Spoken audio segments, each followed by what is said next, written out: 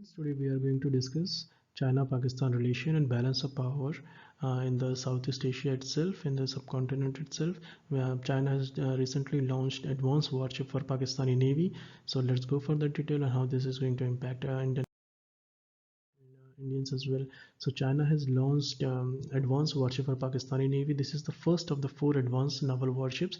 So 3 more will be coming, and which endorses deepening economic and defense ties between two all-weather allies. This has been named by both the sides as two all-weather allies. Imran Khan recently said future is China, and last week he said, in fact, the launching ceremony of first warship was held at Hundong Zhonghua shipyard in Shanghai on 23rd of August. So Pakistan and China defense is a new chapter in their own way. So first ship type is 054, it is class frigate.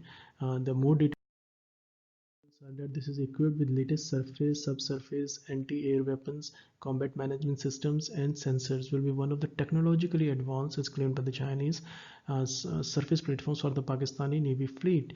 Pakistan signed a contract with China Shipbuilding Trading Company Limited (CSTC) to deliver 2 types. But last year, Chinese media reported that they will give them 4. So I mean, it will be a heavy cost for Pakistan as well. Though, but the terms of the deal and the prices of the ships were not revealed. They won't be revealed anyway. So the Chinese Foreign Minister Wang Yi hosted Pakistani counterpart Shah Mehmood Qureshi in the holiday resort in Hainan on August 21. He was on 2-day visit to China.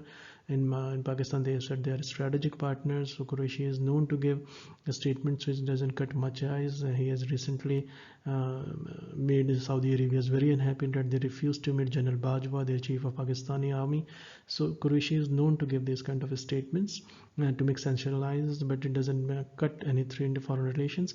So he has a cooperative relationship. The most ambitious project is $60 billion China-Pakistan economic corridor. So how this is going to impact, how the problems with Balochistan, the China exploiting the natural resources. China is making its citizens settle in on Pakistani soil, and with closeness of Iran and Gwadar, and everything is taking so fast turn of events, and Pakistan economy is almost bankrupt.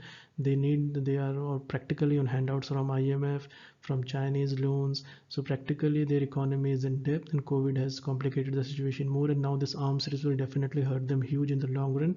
And global power are never going to allow 2 nuclear weapons to go for this kind of an misadventure rather for Pakistan, because Pakistan will be wiped out if it does anything like this, or even dares to do anything like this. So but this will definitely fuel, and moreover this resembles same thing as America was supplying weapon systems to both Iran and Iraq in the 10-year war, in the kind of a Cold War. So similarly China is doing now. China has got an able consumer, and so Pakistan is going to borrow, buy, everything is doing, and that corridor.